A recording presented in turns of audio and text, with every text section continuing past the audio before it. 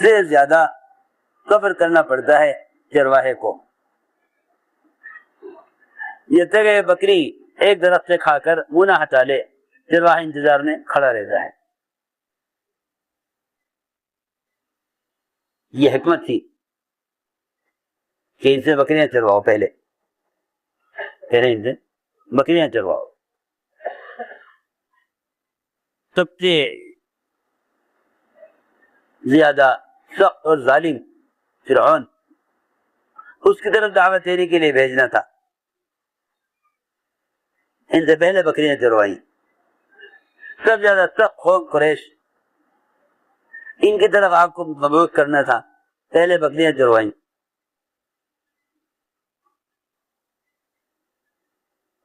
کیونکہ میں نے عرض کیا کہ یہ کام بڑے صبر کا کام ہے، یہ کام بڑے صبر کا کام ہے، یہ کام بڑے صبر کا کام ہے، انتقام کا کام نہیں ہے.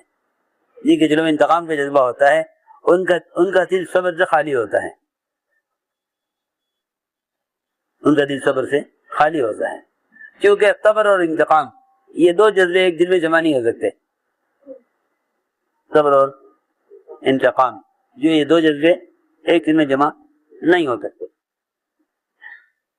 اس لیے صبر کرنے والا درگزر کرے گا، صبر کرنے والا درگزر کرے گا، صبر کرنے والا درگزر کرے گا. اور جس کے دل میں صبر نہیں ہوگا اس کا جذبہ انتقام کا ہوگا، تو جذبہ انتقام کا ہوگا کہ ان کا انتقام دیا جائے. جن کے دل میں صبر ہوگا وہ درگزر کریں گے، اس کے دل میں صبر نہیں ہوگا اس کا جذبہ انتقام کا ہوگا. حضور اکرم صلی اللہ علیہ وسلم کو اس کا حکم ہے کہ آپ صبر کریں، آپ صبر کریں. آپ نے خود بھی صبر کیا اور اپنے صحابہ کو بھی صبر کا عادی بنایا، صحابہ کو بھی صبر کا عادی بنایا، صحابہ کو بھی صبر کا عادی بنایا. دو صفتیں ہیں بہت بنیادی، صبر اور تقوی، اور یہ دونوں صفتیں ایسی ہیں کہ یہ دونوں ایک دوسرے کے ساتھ لازم. تقوی کے بغیر صبر کرنا، تقوی کے بغیر صبر کرنا کوئی فائدہ نہیں دیتا، اور تقوی ہو صبر نہ ہو تبھی کوئی فائدہ نہیں دیتا. اس لیے قرآن میں جہاں بھی دیکھو گے وہاں صبر اور تقوی ساتھ ملیں گے. إِنَّهُ مَن يَتَّقِ وَيَصْبِرْ وَإِن تَصْبِرُوا وَتَتَّقُوا يَا أَيُّهَا الَّذِينَ آمَنُوا اصْبِرُوا وَصَابِرُوا وَرَابِطُوا وَاتَّقُوا اللَّهَ. جہاں بھی دیکھو گے آگے پیچھے صبر تقوی ساتھ ملیں گے، صبر اور تقوی ایک ساتھ ملیں گے. یوسف علیہ السلام کا سارا واقعہ صبر اور تقوی پر ختم ہوا ہے. بھائیوں کی اذیت پر صبر کیا، زلیخا کی حرکت پر تقوی اختیار کیا. اللہ رب العزت نے تمام تہمتوں کے درمیان سے یوسف علیہ السلام کو وزیر مالیات بنا کر نکالا، جیل کے ماحول سے وزیر مالیات بنا کر نکالا، کیونکہ صبر اور تقوی کو لازم پکڑا. صبر اور تقوی یہ دو چیزیں ایک دوسرے کے ساتھ لازم ہیں. اس لیے میرے دوستو عزیزو، ان سارے امتحانات سے گزر کر آدمی جب کام کے میدان میں آتا ہے تو پھر اللہ تعالیٰ کے یہاں مقبول ہو جاتا ہے، اللہ کے یہاں مقبول ہو جاتا ہے. اس لیے میں نے عرض کیا کہ اپنے آپ کو اللہ کے یہاں قبول کرواؤ، اور قبولیت کے لیے انہیں امتحان سے گزرنا ہوگا، امتحان سے گزرنا ہوگا. اس لیے فرمایا کہ صبر کرنے والا آدمی ہمیشہ نرم مزاج بنے گا، کیونکہ صبر کرنا آدمی کے اندر نرمی پیدا کرتا ہے اور انتقام کا جذبہ سختی پیدا کرتا ہے، انتقام کا جذبہ سختی پیدا کرتا ہے. اور جو صبر کے عادی ہوتے ہیں ان کے مزاج نرم ہوتے ہیں، اور یہ حکم ہے نبی کو کہ آپ ان کے ساتھ معاملہ نرمی کا کریں، معاملے کے ساتھ نرمی کا کریں، سنو غور سے، معاملہ نرمی کا کریں، اس لیے کہ آپ کو ہم نے ساری انسانیت کی طرف معلم بنا کر بھیجا ہے۔ جو آیت آپ نے فرمایا انما بعثت معلما، کہ مجھے معلم بنا کر بھیجا گیا، آپ کو تعلیم دینی ہے امت کو دین کی، لہذا امت کو دین کی تعلیم دینے کے لیے سب سے پہلا کام یہ ہے کہ آپ امت کے لیے باپ کی طرح شفیق بنے۔ ایک روایت میں ہے، فرمایا کہ میں تمہارے لیے باپ کی طرح ہوں تعلیم دینے والا، انا لکم بمنزلۃ الوالد اعلمکم۔ اس لیے امت کو دین کی تعلیم دینے کے لیے باپ والی شفقت کی ضرورت ہے۔ یہ شفقت، باپ والی شفقت، باپ والی شفقت، اس لیے کہ امت سے تو غلطیاں ہوں گی، یہ تو یقینی بات ہے، یقینی بات ہے کہ غلطی تو انسان کی فطرت میں ہے، غلطی انسان کی فطرت میں ہے، مگر سوال یہ ہے کہ غلط کرنے والے کے ساتھ کیا معاملہ کیا جائے، غلط کرنے والے کے ساتھ کیا معاملہ کیا جائے۔ لوگ سمجھتے ہیں کہ سزا تربیت کا ذریعہ ہے، حالانکہ حدود جو ہے نا، حدود، زنا کی حد، شراب کی حد، چوری کی حد، یہ طہارت کے لیے ہیں، یہ طہارت کے لیے ہیں، گناہ سے پاک ہونے کے لیے، نہ کہ سزا کے لیے، نہ کہ سزا کے لیے۔ حدود جو فرض ہیں ان کا قائم کرنا بھی طہارت کے لیے ہے، ان کا قائم کرنا طہارت کے لیے۔ میری بات توجہ چاہے گی ذرا، حدود کا قائم کرنا طہارت کے لیے ہے۔ ایک آدمی سے چوری ہو گئی، اس نے آ کر اپنا ہاتھ پیش کر دیا آپ کے سامنے، کہا کہ میرا ہاتھ کاٹ دیجیے، کیوں کہ مجھ سے چوری ہو گئی۔ جب اس کا ہاتھ کٹ کے گرا تو اس نے اس ہاتھ کی طرف، کٹے ہوئے ہاتھ جو پڑا ہوا تھا اس سے اشارہ کر کے کہا کہ اللہ تیرا شکر ہے کہ یہ ہاتھ میرے جسم سے الگ ہو گیا، ورنہ یہ ہاتھ مجھے جہنم میں لے کے جاتا،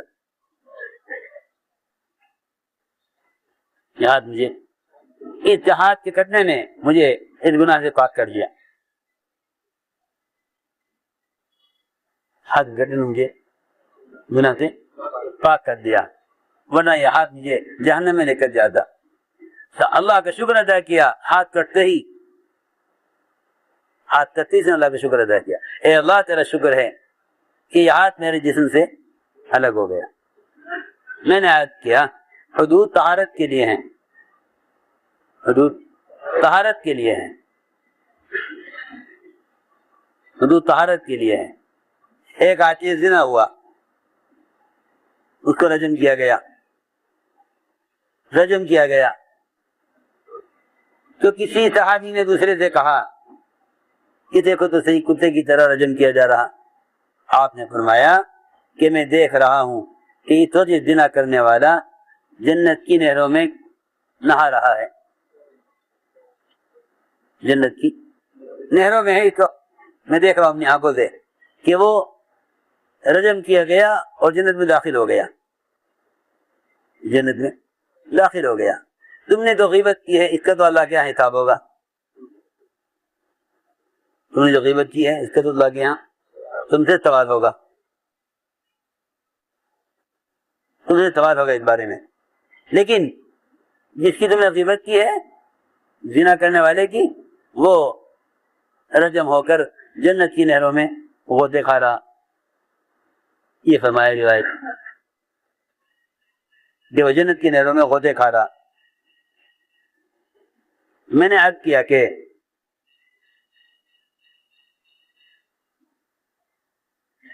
سب سے بنیادی بات یہ ہے کہ غلطی تو لوگوں سے ہوگی، یہ فرشتے نہیں ہیں، فرشتے؟ یہ فرشتے نہیں ہیں، لیکن اس غلطی کی کیونکہ نبی کے ذمہ تذکیر ہے، نبی کے ذمہ تذکیر ہے، اور واقعی تذکیر ہی نفع دیتی ہے، تذکیر ہی آدمی کو نفع دیتی ہے کہ بھئی غلط کرنے والے کو صحیح بات بتلا دو، غلط کرنے والے کو صحیح بات بتلا دو، یہ نہیں کہ تم داروغہ بن کر لوگوں کے صحیح کام کرواؤ۔ واللہ اکبر، سید الانبیاء، امام الانبیاء، خاتم الانبیاء، ان سے تو اللہ یہ کہہ رہے ہیں کہ آپ داروغہ نہیں ہیں، اور یہ کہہ رہے ہیں افانت تکرہ الناس حتی یکونوا مؤمنین، یہ کیا آپ لوگوں کو مجبور کریں گے کہ وہ ایمان لے آئیں؟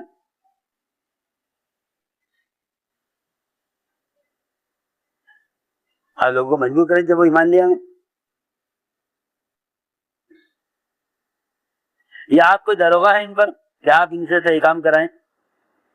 آپ کے ذمہ صرف تعلیم اور تذکیر ہے کہ آپ انہیں صحیح بات بتلا دیں۔ اسے میں نے عرض کیا کہ صبر کرنے والا برداشت کرے گا، انتقام لینے والا برداشت نہیں کرے گا۔ آپ صلی اللہ علیہ وسلم نے اپنی مسجد میں پیشاب کرنے والے کے ساتھ کیا معاملہ کیا؟ غلطی ہوئی، ایک آدمی نے مسجد میں پیشاب کر دیا، صحابہ دوڑے روکنے کے لیے، صحابہ دوڑے روکنے کے لیے، صحابہ دوڑے روکنے کے لیے، فرمایا چھوڑ دو اس کو پیشاب کرنے دو، اس کو چھوڑ دو پیشاب کرنے دو۔ حالانکہ تھوڑا پیشاب کرتا مسجد میں تو مسجد تھوڑی ناپاک ہوتی، زیادہ پیشاب کرے گا تو زیادہ ناپاک ہوگی۔ اب تک تو انجانے میں کر رہا تھا، اگر نہیں روکیں گے تو جان کر کرے گا۔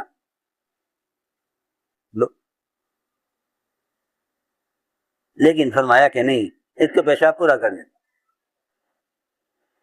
کیونکہ ایک مسلمان کا مقام بیت اللہ سے اونچا ہے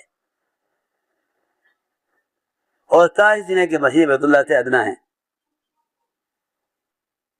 ایک آدمی اگر مسجد میں پیشاب کر گیا تو آسان بات یہ ہے کہ اس کو تو مسجد کے آداب اور مسجد کا مقصد بتا دیا جائے اور ایک ڈول پانی کا باہر کا مسجد کو پاک کر دیا جائے، نہ کہ اس کے خلاف کوئی محاذ قائم کیا جائے۔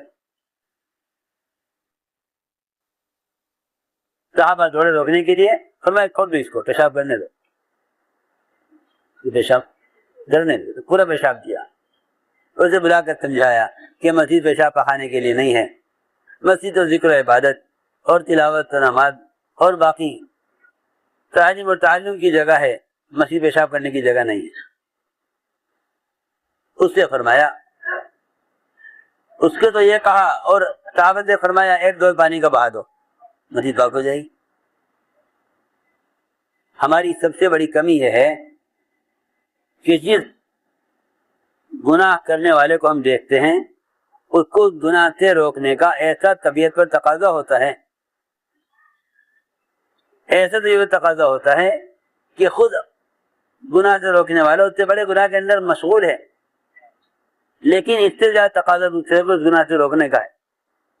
بہت سے لوگ ایسے ہوتے ہیں جو خود کبائر کے اندر مبتلا ہیں لیکن دوسروں کو صغائر سے روکنے میں پوری قوت لگا دیتے ہیں۔ میری بات یاد رکھو، منکر سے روکنا، کسی کو منکر سے روکنا، کہ منکر سے روکنے کا طریقہ یہ ہے کہ اس کو منکر بتلا دیا جائے کہ بھئی یہ منکر ہے۔ منکر سے روکنا، منکرات کی تعلیم دینے کے لیے کہ یہ منکر ہے، معروفات پر لانا معروفات کی تعلیم دینے کے لیے ہے۔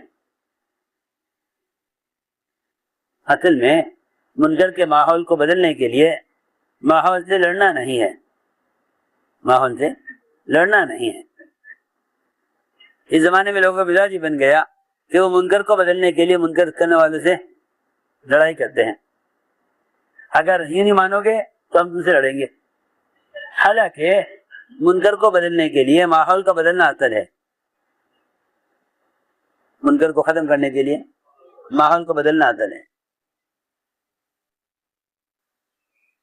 اس لیے فرمایا کہ منکر کرنے والے کو معروفہ بتا دیے جائیں. حضور اکرم صلی اللہ علیہ وسلم نے سب سے پہلی بات تو آپ کی یہ تھی کہ آپ غلطی کرنے والے کو صحیح بات بتا دیا کرتے تھے. مواخذہ نہیں ہے، ہمارے یہاں مذاکرہ ہے. غلطی کرنے والے کے ساتھ کا مواخذہ نہیں ہے بلکہ مذاکرہ ہے. ان کو صحیح بات بتا دو، ان کو صحیح بات بتلا دو، ان کو صحیح بات بتلا دو. اگر نہیں مانتا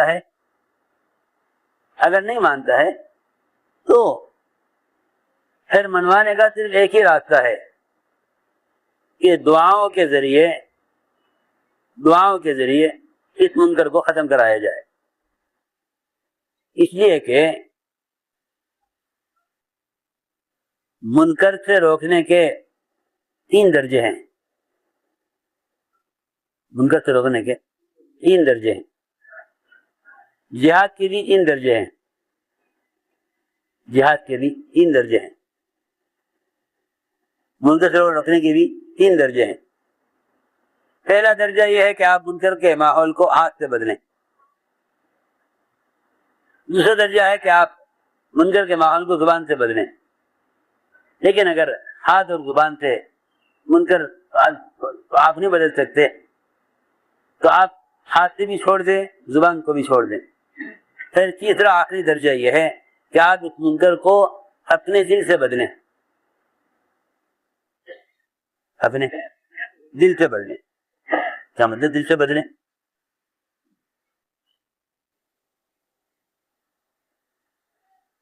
آپ منکر کے ماحول کو دل سے بدلیں. دل سے بدلے کیا مطلب ہے؟ کہ دل سے بدلے کا مطلب یہ ہے کہ تنہائی کی دعاؤں کی قوت کو استعمال کریں منکر کو ختم کرانے کے لیے. ہمارا حال یہ ہے کہ منکر کرنے والوں کی تنہائی میں غیبت تو کریں گے، فلاں نے یہ کیا، فلاں نے یہ کیا، فلاں نے یہ کیا. حالانکہ منکر کرنے والے کی تنہائی میں غیبت نہ کرو، ورنہ تم اس سے بھی زیادہ اللہ کے یہاں بڑے مجرم قرار دیے جاؤ گے. کیونکہ منکر کرنے والا اتنے بڑے گناہ نے نہیں، اتنے بڑے گناہ نے منکر کرنے والے کی غیبت کرنے والا ہے. منکر کرنے والا اتنا بڑا، یہ تو کیا بتاؤں، زنا کرنے والے سے زیادہ برا آدمی زنا کی خبر کرنے والا ہے.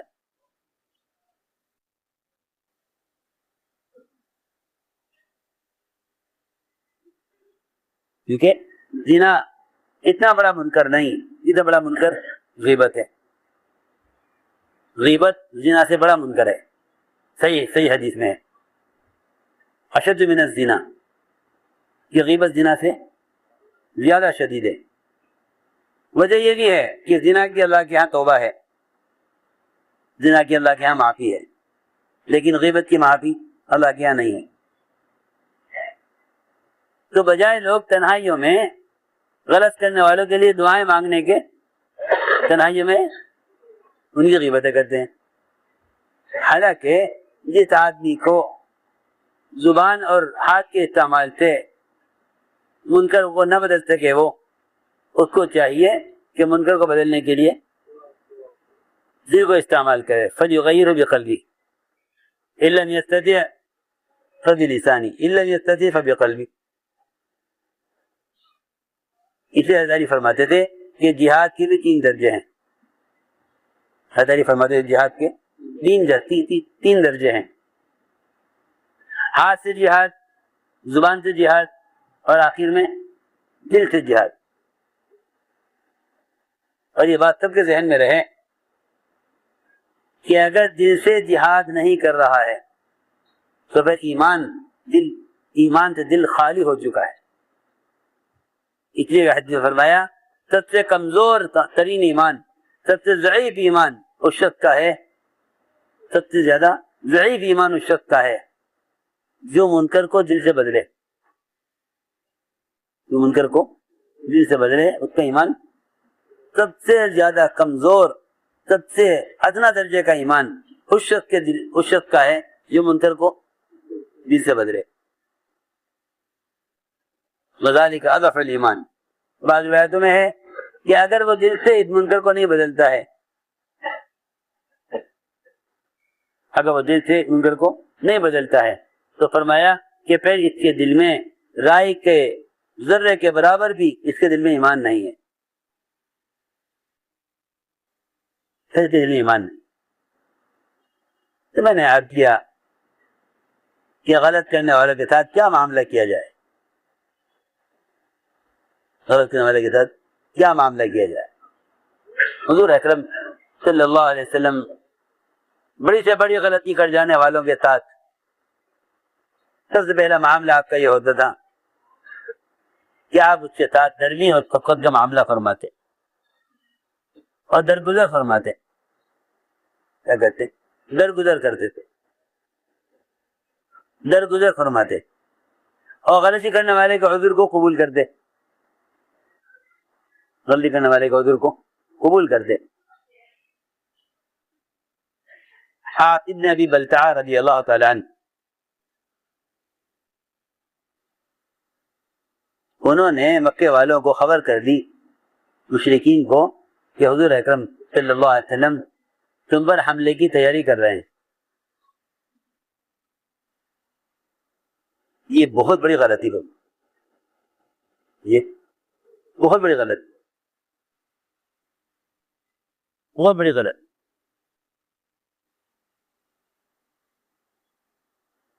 اللہ نے بتلا دیا کہ حاتب نے خط لکھا ہے مکے والوں کو، آپ خط منگوائیے۔ وہ خط ابھی راستے ہی میں تھا، ایک عورت وہ خط لے کر جا رہی تھی، آپ نے صحابہ کو بھیجا، وہ گئے، عورت سے ملے راستے میں، اس سے خط لیا، خط کھلا، حاتب کی طرف سے مکے والوں کے نام۔ حضرت نے فرمایا جی یہ تو منافق ہے، میں کہ نہیں اس کو منافق نہ کہو، آپ دیکھیے تو صحیح، اس نے آپ کا راز کھول دیا مشرکین پر۔ پوچھا حاتب یہ تم نے ایسا کیوں کیا، تم نے کیوں کیا؟ حق دیا گیا رسول اللہ، اللہ کی عمل آپ کے ساتھ حق ہے، اللہ کی عمل آپ کے ساتھ حق ہے، آپ کو نقصان نہیں ہو سکتا۔ میں نے خط کیوں لکھا؟ میں نے اپنے بچوں کی حفاظت کے لیے مشرکین پر احسان کیا تاکہ وہ میری احسان کے بدلے میرے بچوں کی حفاظت کر لیں۔ ہاں میں کہ ہاں اس کی بات سچ ہے، اس کی بات مان لو۔ حالانکہ کتنی بڑی غلطی ہے، کتنی بڑی غلطی۔ فرمایا کہ ہاں یہ سچ بول رہا ہے۔ حضرت فرمایا کہ یہ منافق ہے، اسے اجازت دیے میں اسے گردن اڑا دوں۔ فرمایا کہ عمر تم اس لیے قدر کرنا چاہتے ہو حالانکہ یہ تو بدری صحابی ہیں، حالانکہ بدری صحابی، دوسرے کی بات ہے، بہت عام بات کر رہا میں۔ ہمارا حال یہ ہے کہ نہیں جی ہمیں اطمینان نہیں ہے، ان کی غلطی کا اعتراف کرنے پر ہمیں اطمینان نہیں ہے۔ سنو وہ تھے، ہمیں اطمینان نہیں۔ ایک صحابی نے ایک کافر کا پیچھا کیا،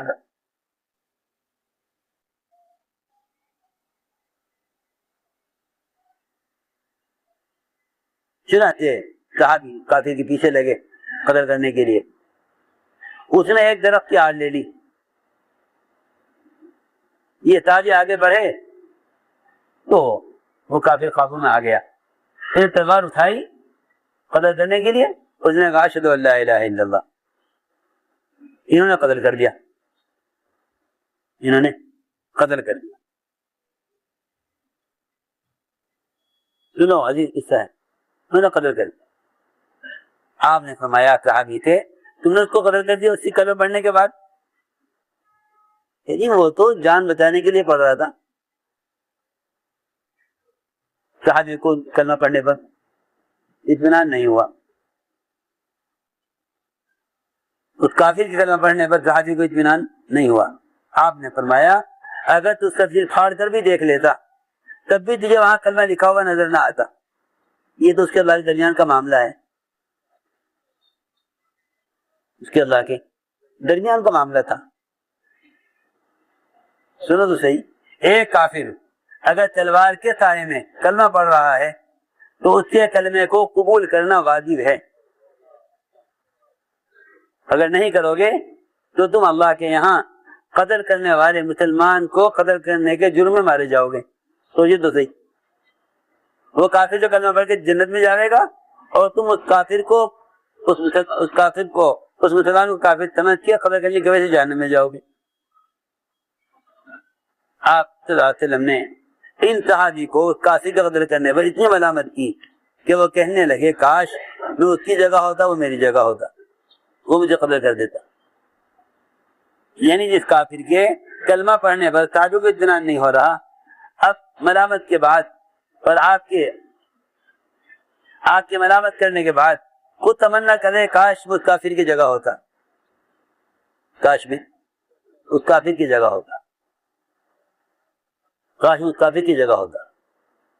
عجیب بات ہے, جس کافر کے کلمہ پڑھنے پر اطمینان نہیں ہو رہا تھا اب خود تمنا کر رہے کہ کاش میں اس کافر کی جگہ ہوتا. کسی عجیب بات ہے. تو میں نے عرض کیا کہ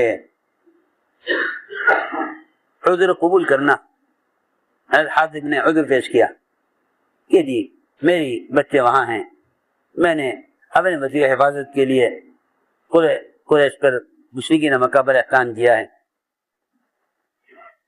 آپ نے ان کا عذر قبول کر دیا.